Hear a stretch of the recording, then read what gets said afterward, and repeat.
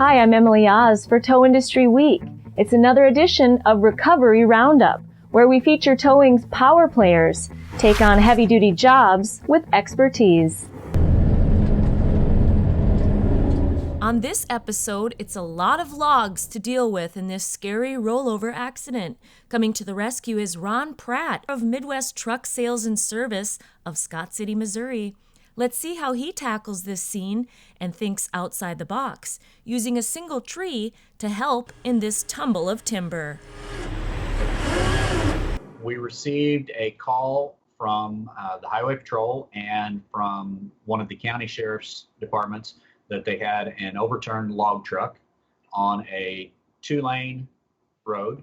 Even though we've got an interstate that runs by, most of the roads in our area are two-lane rural roads with little or no shoulder on any of them. And this log truck was going down a two-lane road. Don't know exactly what caused the incident, but it turned over, was partially in the road. There was just enough room to squeeze past him with one of our trucks, but it lost most of the load. Part of the load came into the cab, just barely missed the driver. He was very, very fortunate. Somebody was looking out for him on that one because the logs did come through the headache rack, came through the back of the truck, and into the cab with him. Ron arrived on the scene with his trusty 1150R Century rotator on a Peterbilt. He began setting up while his crew was also headed to the scene, touting their Western Star on a Vulcan V70. The truck and trailer were still partially on the roadway. The Western Star has high ground clearance, so we were able to get off the edge of the road and kind of crawl past the trailer and get the Western Star on the back end, so it would be on the trailer. And I turned the rotator around and backed it up to the front of the truck, set it up on the front of the truck and the front of the trailer.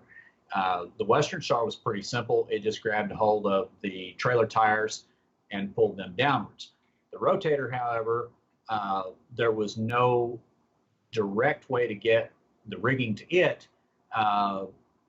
just because of the way the scene was. The tractor was actually on the road, whereas where the Western Star was, the trailer was off the road, and they had more room to work with. So I had to use what we in the industry call a Holmes tree. Ran my rigging out to a tree and then back to the casualty, back to the truck and the front part of the trailer to be able to upright the whole unit simultaneously with the Western Star. Then I set a second line up from the rotator to catch the front end of the truck as it came down. Named after towing pioneer Ernest Holmes, a Holmes tree is the nickname given to any tree used for assistance at the scene of a recovery. I'm here. Well, that term developed years and years ago with the old split boom Holmes wreckers. The trees were a lot of times used as anchor points and still are in the industry a lot. You have to think outside of the box sometimes. You don't always have the exact perfect angles, and you've got to use what resources you have, even if that's just a Holmes tree. The logging company provided specialty equipment to clear the wood away to open the roadway as quickly as possible. The biggest challenge on that one was basically just the limited space to work with. Had good help there.